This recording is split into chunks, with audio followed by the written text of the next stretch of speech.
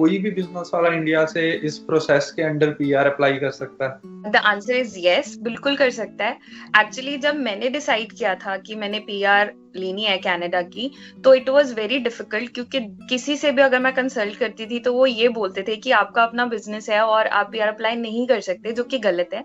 But काफी research करने के बाद मुझे पता चला कि अगर आपका बिजनेस है और वो जेन्युइन है, आपके पास डॉक्यूमेंट्स है उस चीज को सपोर्ट करने के लिए, आपके पास गवर्नमेंट पेपर्स हैं उसको सपोर्ट करने के लिए, तो any business can be there. क्योंकि डायरेक्टर होना किसी कंपनी का इट्स अ स्किल टाइप ओ, तो क्यों नहीं अप्लाई कर सकते, ऑफ कोर्स कर सकते हैं।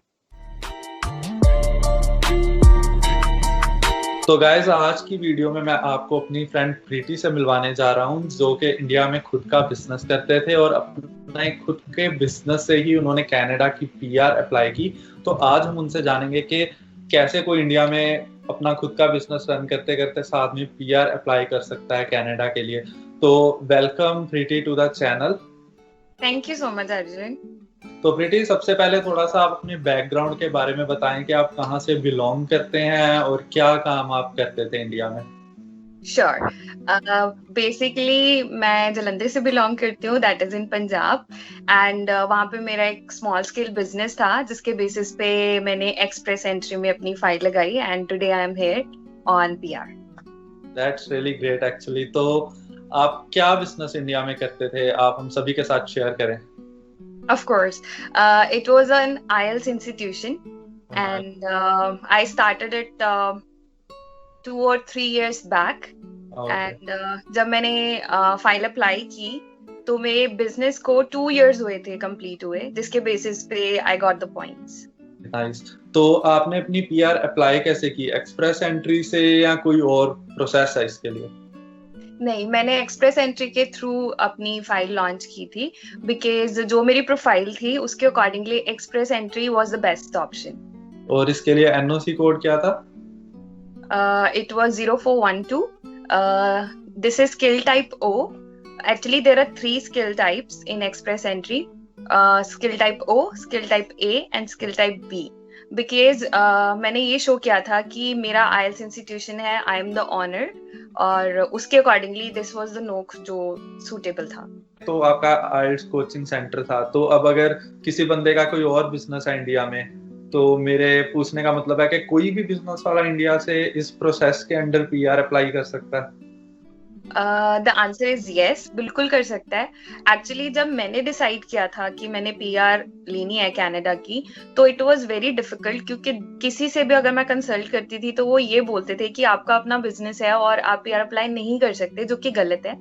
बट काफी रिसर्च करने के बाद मुझे पता चला कि अगर आपका बिजनेस है और वो जेन्युइन है, आपके पास डॉक्यूमेंट्स है उस चीज को सपोर्ट करने के लिए, आपके पास गवर्नमेंट पेपर्स हैं उसको सपोर्ट करने के लिए, तो any business can be there. क्योंकि डायरेक्टर होना किसी कंपनी का इट्स अ स्किल टाइप ओ, तो क्यों नहीं अप्लाई कर सकते, ऑफ कोर्स कर सकते हैं। डेफिनेटली। तो फिर मिनिमम डॉक्यूमेंट्स की क्या रिक्वायरमेंट थी, क्या क्या आपने डॉक्यूमेंट्स लगाए? Okay, that was the tough part. अगर मैं सारे डॉक्यूमेंट्स की बात करूं, अगर मतलब लिसनर्स को पता है एक्सप्रेस एंट्री में क्या डॉक्यूमेंट्स लगते हैं, तो सबसे ज्यादा टफ होता है लैंग्वेज रिक्वायरमेंट को फुलफिल करना। उसमें ये होता है कि आपको मिनिमम 8777 लेना होता है आइल्स में, और उसके बाद आपके पर्सनल डॉक्यूमेंट्स लगते हैं, और बिजनेस रिलेटेड डॉक्यूमेंट्स जो होते हैं वो सबसे ज्यादा क्रूशियल होते हैं। आपने अपना बिजनेस रजिस्टर कब करवाया उसके डॉक्यूमेंट्स आपको देने पड़ते हैं, और उसके अंडर काफी कैटेगरीज आती हैं। जैसे मैंने जब अप्लाई किया था तो मेरा एक सोल प्रोपराइटर का कंपनी का नेम जो रजिस्टर हुआ था उसका एक फॉर्म लगा था, that had a particular number, I don't remember exactly, may be 52A और something. The CA can do that job.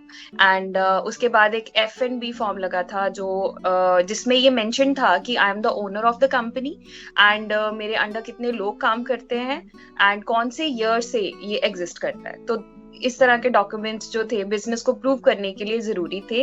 One thing I want to add, क्योंकि आप इसमें खुद ऑनर हैं, तो आप ये खुद का एक्सपीरियंस लेटर बना के नहीं दे सकते कि मैं यहाँ पे काम करती हूँ एंड ऑल दैट, वो वेरीफाई नहीं होगा। तो यहाँ पे क्रूशियल ये है कि आपके जो क्लाइंट्स हैं, जैसे मेरे केस में मेरे स्टूडेंट्स मेरे क्लाइंट्स थे, तो उनसे टेस्टिमोनियल्स लिखवा के वो अटेस्टेड होते हैं, A4 जो लीगल पेपर होता है उसके ऊपर अटेस्टेड होते हैं, तो दैट इज अ प्रूफ कि आपका बिजनेस एग्जिस्ट करता है।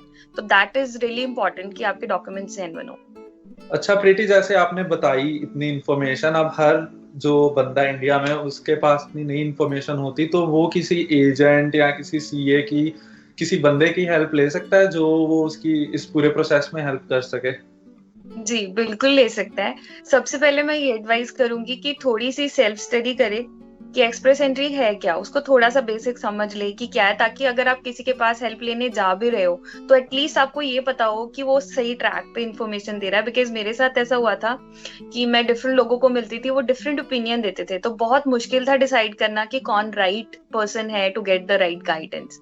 सेकेंडली, आज की डेट में कनाडा ने एक रूल बनाया हुआ है कि आप इमिग्रेशन कंसल्टेंट अगर हैं, एक होता है इमिग्रेशन कंसल्टेंट, एक होता है रजिस्टर्ड इमिग्रेशन कंसल्टेंट, RCIC बोलते हैं। तो अगर कोई भी अपनी फाइलिंग लगाने की सोच रहा है PR की, तो मैं ये रिकमेंड करूंगी कि वो RCIC मेंबर से अपनी फाइलिंग करवाए, बिकॉज उनको एग्जैक्टली पता है कि प्रोसेस क्या है। उन्होंने कनाडा में डिप्लोमा किया होता है इस चीज का, उनके पास लाइसेंस होता है, तो वो बिल्कुल राइट एडवाइस देते हैं।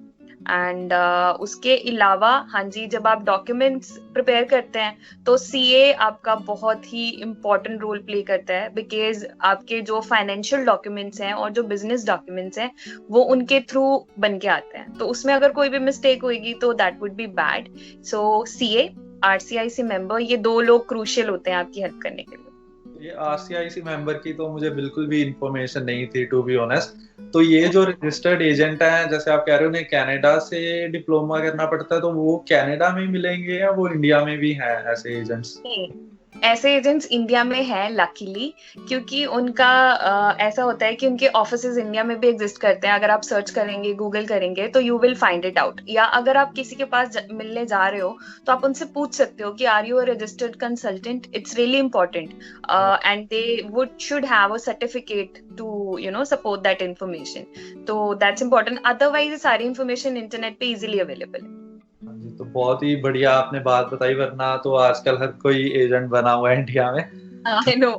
आपने काफी हद तक अपना प्रोसेस बताया, बट थोड़ा सा और अगर आप अपनी डिटेल में बता सकें कि आपने कैसे फाइल अप्लाई की, थोड़ा स्टेप बाय स्टेप, ताकि और बढ़िया हेल्प हो सके सुनने वालों की। एक्चुअली मेरे पर्सनल एक्सपीरियंस में, जब आप सोचते हो कि आपने PR अप्लाई करनी है और जब आपका प्रोसेस स्टार्ट होता है, इसमें काफी गैप पड़ जाता है। क्योंकि जब मैंने सोचा था कि मैंने PR अप्लाई करनी है, पहले सारी इन्फॉर्मेशन ली कि कैसे प्रोसेस होता है। सबसे बड़ी रिक्वायरमेंट जो मैंने स्टार्टिंग में भी बोली वो है language requirement. I was an IELTS trainer, तो मेरे लिए ईजी था 877 एक्वायर करना, बट यूजली स्टूडेंट्स के लिए या क्लाइंट्स के लिए डिफिकल्ट हो जाता है। तो सबसे पहले मैं यही एडवाइस करूंगी कि आप IELTS दे दो, 877 आपका आ जाता है तो आपका process will be very quick. So ये फर्स्ट रिक्वायरमेंट है। सेकेंड रिक्वायरमेंट ये है कि आपको अपनी प्रोफाइल क्रिएट करनी होती है एक्सप्रेस एंट्री की वेबसाइट पे। अगर आपने RCIC को हायर किया हुआ है तो they will do that job, वहां पे आप बहुत ही इजीली उसको क्रॉस कर सकते हो। बट अगर आप अपनी फाइलिंग खुद कर रहे हो तो you need to make sure कि आप जो प्रोफाइल क्रिएट कर रहे हो उसकी आपको नॉलेज हो। बट प्रोफाइल क्रिएट करने के साथ साथ आपको जो आपने इंडिया में पढ़ाई की है उसको वेरीफाई भी करवाना होता है कनाडा से। That is called ECA, educational credential assessment. तो वो भी 3 to 4 months का एक प्रोसेस रहता है। 877 एक्वायर करना एक प्रोसेस रहता है। जब ये दो रिक्वायरमेंट्स आपकी फुलफिल हो जाती हैं तो आपको एग्जैक्टली पता होता है कि आपके कितने पॉइंट्स बन रहे हैं CRS कैलकुलेटर पे। जब आपके पास आपकी वेस्ट असेसमेंट आ जाती है, आपके पास आपका IELTS सर्टिफिकेट आ जाता है, आपको एग्जैक्टली पता है कि आपके कितने पॉइंट्स बन रहे हैं। और एजुकेशन इज इम्पॉर्टेंट। अगर आपने डबल बैचलर्स की हुई है या मास्टर्स की हुई है, that is really important to have a good CRS score. तो ये जब 3 रिक्वायरमेंट्स फुलफिल होती हैं, एंड यस एज, जिस एज में आप अप्लाई करते हैं, 30 तक की एज के लिए आपको अच्छे पॉइंट्स मिलते हैं, बट 30 के बाद आपके 5 पॉइंट्स डाउन जाने स्टार्ट हो जाते हैं। तो you need to keep it in mind. जब आपकी प्रोफाइल एक्सप्रेस एंट्री में क्रिएट हो जाती है, उसके बाद हम अपना एक्सप्रेशन ऑफ इंटरेस्ट डालते हैं। There is an option that you have to choose, और जब वो जाता है तो एवरी 15 days एक्सप्रेस एंट्री का ड्रॉ निकलता है। तो उस ड्रॉ में अगर आप सिलेक्ट होते हो, कट ऑफ, सपोज जब मैंने अप्लाई किया था तो 450 कट ऑफ गया था था और मेरा स्कोर था 455, तो मुझे इनविटेशन आ गया था, that is invitation to apply. तो जब आपको वो आता है उसके बाद एग्जैक्टली आपके पास 2 मंथ्स होते हैं, आपको सारे लीगल डॉक्यूमेंट्स जो जो उन्होंने मेंशन किए हुए हैं वो आपको अपलोड करने होते हैं विद इन 2 मंथ्स, और उसी में आपको अपनी फंडिंग मतलब फाइनेंशियल डिटेल्स भी अपलोड करनी पड़ती हैं, आपको फंड्स शो करने पड़ते हैं, तो that is another point. So funds कितने शो करने पड़ते हैं, क्या मिनिमम रिक्वायरमेंट है? फंडिंग के लिए अगर एक पर्सन अप्लाई कर रहा है तो minimum you have to show $13,000, because Canada का जो एक फाइनेंशियल ईयर होता है उसमें इट इज एस्टिमेटेड कि एक पर्सन का जो एक्सपेंस है रहने का, लिविंग एक्सपेंस, वो अप्रोक्सीमेटली $10,000 के आसपास होता है, तो it's always better to show little more than that. इसमें एक इंटरेस्टिंग चीज ये है याद रखने के लिए कि आपके फंड्स जो हैं वो 6 मंथ ओल्ड होने चाहिए। अगर आपके वो 6 मंथ ओल्ड नहीं है, जो कि मेरे केस में नहीं थे, तो आपको काफी सोच समझ के चलना पड़ता है। आपको वो मनी आपके अकाउंट में कैसे आई, that should be white money, वो मनी आपके अकाउंट में कैसे आई उसके फुल प्रूफ होने चाहिए। जैसे मैंने अपने केस में I sold the gold that I had, तो वो फिर रिसीट लगती है कि जिसको आपने सेल किया, तो प्रॉपर मतलब आपकी express entry is very easy अगर आपकी डॉक्यूमेंटेशन बहुत ही प्रिसाइज और स्ट्रॉन्ग है तो। अच्छा, तो अगर आप बिजनेस की बात करें दोबारा, तो कोई मिनिमम रिक्वायरमेंट के इतनी आपकी इनकम थी बिजनेस से, या इतने मिनिमम आपके एम्प्लॉइज थे, या उनकी कितनी सैलरी थी, तो ये सब रिक्वायरमेंट्स होती हैं अगर आप as a business person India से पीआर अप्लाई कर रहे हो तो? In short I would say no, क्योंकि आपको स्मॉल स्केल बिजनेस की डेफिनेशन को फुलफिल करना है, तो यहाँ पे आपका सीए आपको हेल्प करता है। मैंने ये शो किया था कि मैं ऑनर हूँ, मैं डायरेक्टर हूँ और मेरे अंडर 2 लोग काम करते हैं, और उसमें मेरी आईटीआर्स लगी थी, इनकम टैक्स रिटर्न मेरी कंपनी की, जो नील थी, बिकॉज स्मॉल स्केल बिजनेस में फर्स्ट 2 इयर्स में बहुत ज्यादा प्रॉफिट नहीं होता है जो आप शो कर पाओ, तो इतना कुछ खास रिजिड रिक्वायरमेंट्स नहीं है, इट्स इजी। अच्छा, तो जैसे आपने as a self employed person PR apply की, तो आपको कोई और प्रॉब्लम्स फेस करनी पड़ी? टू बी ऑनेस्ट, ये सारा प्रोसेस अगर आपको नहीं मालूम है तो आपको डिफिकल्ट लगता है और मिसगाइडेड फील होता है, तो that is an issue. But अगर आप अपनी रिसर्च करते रहो तो प्रोसेस इजी है। आपको सिर्फ जो CIC की वेबसाइट पे लिखा है, जो डॉक्यूमेंटेशन की रिक्वायरमेंट है, अगर आप उसको स्टेप बाय स्टेप फॉलो करोगे तो it's easy, it's not difficult. तो एज सच मुझे कोई प्रॉब्लम नहीं आई थी, बट येस, क्योंकि इंडिया में एक बिजनेस स्टार्ट करना बहुत ज्यादा मुश्किल बात नहीं है, आपको बहुत ज्यादा डॉक्यूमेंटेशन की जरूरत नहीं होती है, बट वही बिजनेस जब आपको इंटरनेशनल लेवल पे प्रूव करना पड़ता है तो मुश्किल आती है। अगर आप किसी कंपनी के लिए काम कर रहे हो तो आप एक्सपीरियंस लेटर ले सकते हो, पर अपना बिजनेस का रिकॉर्ड शो करना, क्लाइंट से टेस्टिमोनियल्स लिखवाना, ये सब प्रोसेस थोड़ा सा टीडियस होता है। और कितना टाइम लगा आपकी पीआर आने में फिर? ओके, सो जब मैंने अपनी एक्सप्रेस एंट्री में प्रोफाइल क्रिएट की थी, 15 डेज बाद जो भी ड्रॉ निकला था उसमें मेरी सिलेक्शन हो गई थी, और उसके बाद 2 मंथ्स मेरे को अपने डॉक्यूमेंट्स अपलोड करने में के लिए चाहिए थे।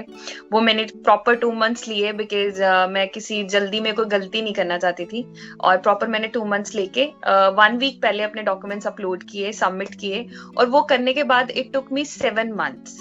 जो एक्सप्रेस एंट्री कैटेगरी है उसमें इंस्ट्रक्शंस ये है कि आप 6 मंथ के लिए आपको बिल्कुल क्वाइट रहना है। आप उनसे नहीं पूछ सकते कि आप मेरी फाइल का क्या बना, या मुझे अभी तक कोई रिस्पॉन्स नहीं आया। आपको 6 मंथ बिल्कुल क्वाइट रहना है और वेट करना है, और उसके बाद अगर आप चाहो तो आप ईमेल करके पूछ सकते हो या कॉल कर सकते हो। बट इस प्रोसेस को 6 मंथ मिनिमम लगते हैं, और मैक्सिमम 1 ईयर के लिए आपकी प्रोफाइल वैलिड होती है। 1 ईयर के बाद वो एक्सपायर हो जाती है, आपको दोबारा से क्रिएट करनी पड़ती है अगर अभी तक आपको इनविटेशन नहीं आया है तो। अदरवाइज 6 मंथ में आपकी पीआर ग्रांट हो जाती है। मुझे पर्टिकुलरली 7 मंथ्स लगे थे। दिस इज नॉट बैड, इतना ज्यादा टाइम नहीं लगा। फिर आप लोगों को कोई एडवाइस देना चाहोगे जो ये वीडियो देख रहे हैं और खुद से पीआर अप्लाई करना चाहते हैं इंडिया में? जी बिल्कुल, मेरी एडवाइस यही है कि अगर आपने सोचा है आप खुद ये स्टेप लेना चाहते हो तो आपको बहुत ज्यादा पेशेंस रखने पड़ेंगे, बिकॉज सबसे पहले तो जब आप आईएलटीएस करते हो तो मोटिवेशन वहीं पे डाउन हो जाती है, आपको 3 बार 4 बार एग्जाम देना पड़ता है। तो बट आप बिल्कुल भी उसको आइडिया को ड्रॉप मत करो, अच्छे एफर्ट्स दो, अपने वीक पॉइंट्स पे काम करो, तो वो स्टेप इजीली कवर अप हो जाता है। और जब आप अपनी फाइल सबमिट कर देते हो तो जो 6 मंथ 7 मंथ लगते हैं वो बहुत ही डर लगता है कि पता नहीं नेगेटिव रिस्पॉन्स ना आ जाए या कुछ गलत तो नहीं हो गया। तो अगर आप शुरू से अच्छा करोगे और पेशेंस के साथ चलोगे तो it is all good. Thank you so much Preeti for being on the channel and उम्मीद करते हैं कि जितने भी लोगों ने ये वीडियो देखी उन्हें बहुत सारी इंफॉर्मेशन मिलेगी इस वीडियो से। Thank you so much Arjun, it was a pleasure being on your channel. This is a great channel guys, so do like it and subscribe it. I have already done that and in future मतलब you are doing a great job Arjun, keep it up. Thank you so much. Thank you so much guys, and don't forget to subscribe to the channel. See you guys next time.